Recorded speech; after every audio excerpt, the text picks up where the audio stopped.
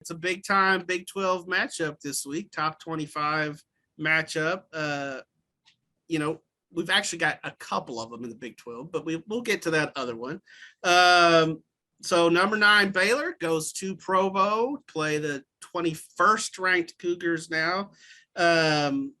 So guys, on paper, this sets up as a pretty enticing battle to me. I mean, certainly the bookies think so. So and I feel like either team has a pretty even chance of winning this game, again, reflected in the line. So let's play it out like this.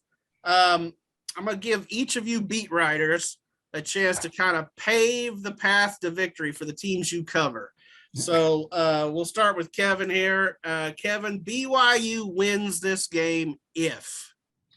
I think it all starts for BYU with the defensive line. I think last year when BYU went into Waco and they played Baylor, I think every coach has said that BYU just couldn't handle the physicality of that game.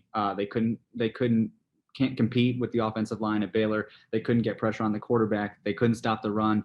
And I think it showed. And I think this year and this offseason, there's been kind of a progressive build to and a desire to get bigger on that defensive line for this game in particular, and also for the Big 12, obviously, down the road. And I think it's a very similar thing for BYU to when they played Wisconsin in 2017 to 2018. Obviously, the first time they played Wisconsin, they were not physical enough, and they lost. They gave up 40 points. They lost 40-16. Then the next year they come back and, they made adjustments and they beat Wisconsin the following year. Now, I don't know if BYU is going to beat Baylor, but I think it starts right there. And I think on the offensive side of the ball for BYU, the key is always having Jaren Hall take care of the football. I mean, Jaren Hall traditionally hasn't thrown a lot of interceptions. He had a bad one last week, but I think for this offense, we don't really know if the top 2 receivers are going to be completely healthy. Puka Nacua and Gunnar Romney have dealt with health issues. So if that's the case, Jaren Hall is going to have to take care of the ball and not give Baylor too many chances, because really the offensive firepower right now for BYU is a little bit in question. So taking care of the ball and handling defensive line, I think the 2 biggest things going into this game for BYU. So John, your turn. Baylor wins the game if? Yeah, I think it's the same recipe as last year. Baylor's probably going to try to stop the run first. They did a great job of it last year. BYU only had 67 yards rushing. Tyler Algier only had 33, and he ended up with 1,600 yards for the year. So that will be a big thing. And I think another thing is Baylor's really got to use its speed on offense.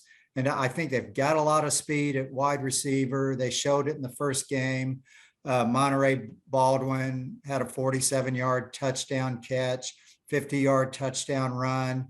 Hal Presley, the guy transferred from Auburn, he had a 38-yard touchdown catch. I think speed is probably one thing Baylor's got an advantage over BYU.